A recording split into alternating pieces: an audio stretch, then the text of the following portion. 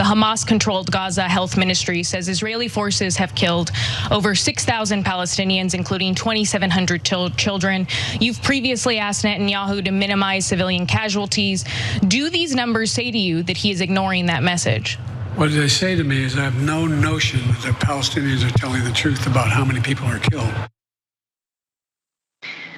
There you heard him in the face of those numbers. That is our president, Joe Biden, saying that he doesn't believe the numbers that 6,000 Palestinians have been killed in Gaza, half of whom may be children.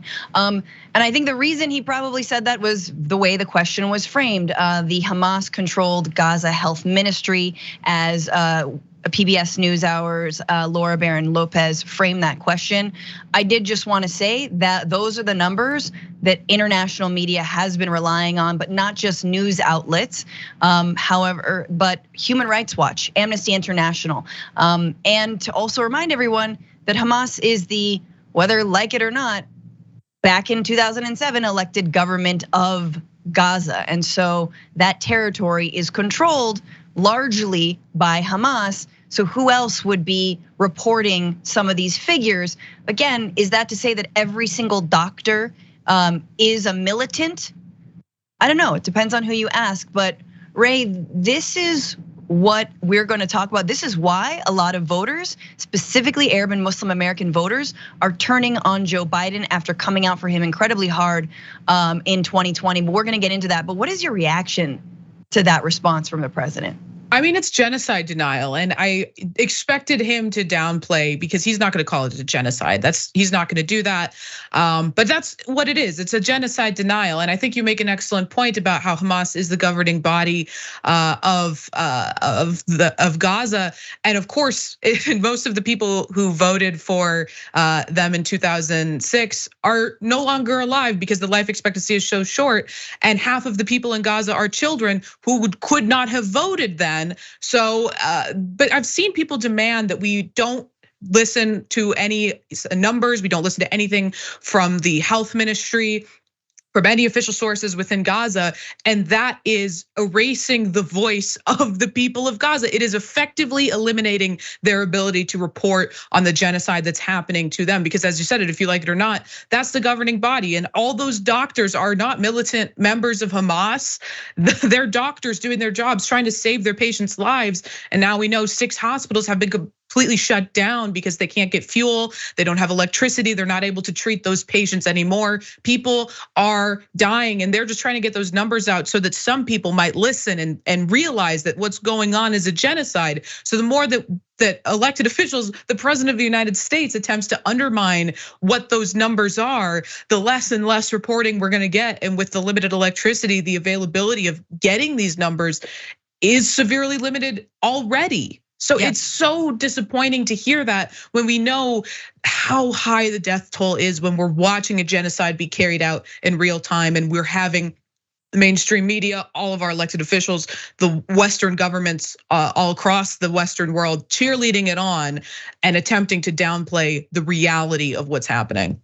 Absolutely, I think it fills me, and I think a lot of folks who do not want to see a single more life taken in this fills us with despair. And I think that a couple weeks ago I thought, look, maybe there will be more attention, maybe there will be calls for a ceasefire a couple weeks in as this death toll only goes higher and higher and higher. And here you have the president who is hook, line, and sinker repeating Israeli propaganda talking points showing that there is no daylight between the Israeli government and the United States government. That if Israel says something is Hamas, then the United States will believe it is Hamas, even though there are children under rubble right now. There are entire families of just recently an Al Jazeera journalist murdered and killed by the Israeli military. So there you go. And so it is no wonder as we turn to 2024 that a lot of voters, young voters, progressive voters, but specifically Arab American and Muslim voters are incredibly disheartened and turning away from Joe Biden, and in fact, thinking they might sit 2024 out. Meet the Press went to Michigan, a swing state with a heavy Arab and Muslim population, to talk to some of the voters there. Take a look. Adam Abusala worked on President Biden's 2020 campaign in battleground Michigan. Yeah, I was working on Arab American engagement, getting people out to vote for Biden. So committed that his Palestinian American parents put Biden 2020 on his birthday cake that year. But today, as President Biden shows unwavering support for Israel in the wake of Hamas's terror attack, Abusala says he's devastated. Right now I have family in Palestine who's afraid for their lives, and Biden is doing nothing to stop it. I'm hurt for the betrayal that we feel from Biden, but I also feel like a little bit of guilt for what I've done. I feel guilt for what I've done. This is someone who tried to get out the vote in the Arab American community in Michigan. Again, Biden's support for Bibi's war may cost him his incumbency come 2024. Let's just jump down so you know more about Michigan and how important it is and the Muslim vote there. There are an estimated 240,000 Muslims in Michigan, a state Biden won in 2020 by 150,000 votes. Trump won Michigan in 2016 by a little more than 10,700 votes. And there is more from this interview. I particularly thought that this quote was incredibly chilling and telling, so let's keep going.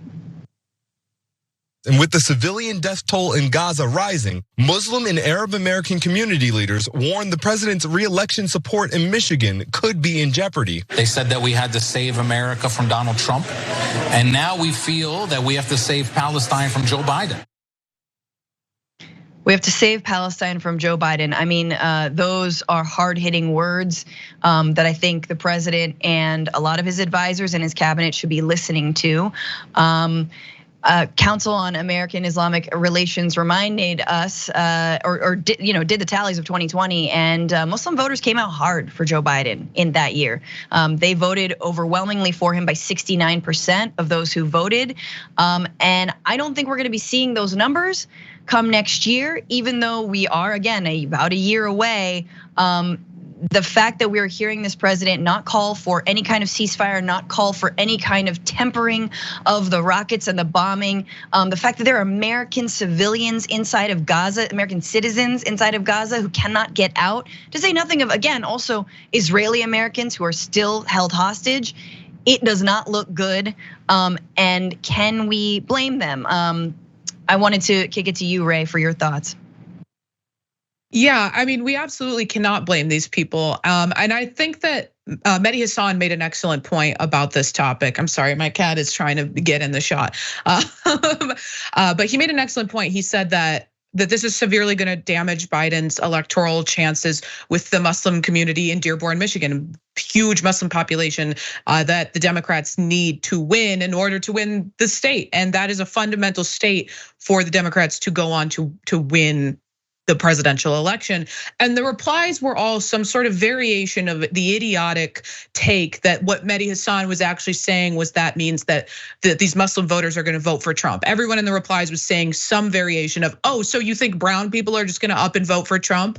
No, he thinks they're not going to vote. And he's correct to think that these people, when they see Trump and Biden, two people who they know both are not going to do anything to help them, why should they go to the polls? And it's the idea that we should just shame these voters and scold them, to try to get them to vote is not helpful. What they want is for some assurance by Joe Biden that the person that they voted for, the person they helped elect president, is going to care about the Muslim community. And a major issue within the Muslim community is Palestinian liberation. So if this is how he's going to treat the Palestinian people, why should they vote? And that should be concerning for the Democrats, because that's going to damage them down ballot and down ballot races, let alone how it's going to impact Joe Biden's presidency. But they need to give them something. They at least need to signal to them that they care. And we're going to talk about it in a second, but the funeral for Al-Fayyoumi,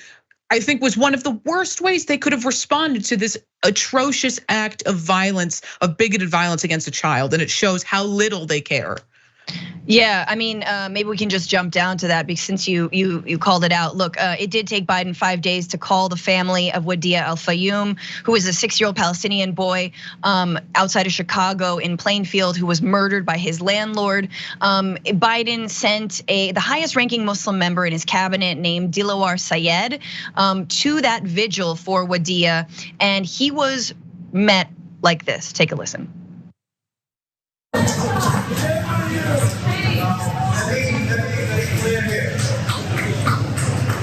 President Biden has been very, very clear. There is no place for hate in America.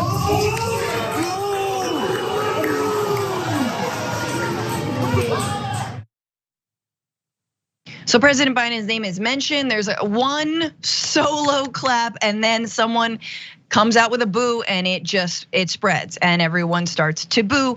Again, the highest ranking official in the Biden administration, who is Muslim American. But speaking about Dearborn specifically, Ray is right on. This is from a Democrat, State Representative Al-Abbas Farhat, who said Joe Biden has single-handedly alienated almost every Arab American and Muslim voter in Michigan. And then he basically says that he has constituents and neighbors who have family members trapped in Gaza, including some of whom are American citizens. They feel completely abandoned by the US government for not doing more to help get them out and get aid and pressure Israel for a ceasefire. And exactly, Ravana, what you were saying is this whole down ballot thing. In fact, this is a strategy that this state representative is saying that they're kind of advocating. In rolling conversations in Michigan and beyond over the past 2 weeks, Muslim elected officials, activists, and community leaders have coalesced around a plan to mobilize their constituents to vote next year, but to also encourage them to leave the top of the ticket blank in protest, according to multiple people involved in the discussions. Now, at this reporting, it was said that top officials and White House officials know about the souring of the Muslim and Arab community on Joe Biden. They know what's going on. And then you have today and him denying that 6,000 Palestinians have actually been killed by Israel. And so here we are again in the upside down of this completely asymmetrical war, this asymmetrical conflict, this occupation. When you have the General Secretary of the United Nations calling for a ceasefire. The last thing I'll say is, look, yeah, absolutely. Could an abstention lead to Donald Trump becoming elected? Yeah, it could. So could many of the people who are gonna abstain from voting for Donald Trump because he's got 93 indictments hanging over him. It might be a record low turnout general election coming off the back of a record high turnout general election. Here's what I'll say, Joe Biden had a chance. He had a chance to steer the Middle East policy away from Trump's legacy, which was do whatever you want, guys, game on, right? He had a chance, and we'll talk about Barack Obama, he was his vice president, right? We'll talk about him in a little bit, and he didn't take that chance. He didn't restart the Iran deal. He didn't move the US embassy out of Jerusalem to Tel Aviv. Biden took every wrong move, and then this massive massacre has triggered what? A genocidal response, and he's co-signing it. Thanks for watching the video, guys. We also love it if you hit the join button below because that makes you a member, and members allow us to be independent, honest. We can be as progressive as we want, no corporate media influence, and that's all because of you guys. We love doing the show with our members. Hit the join button, become one of the Young Turks.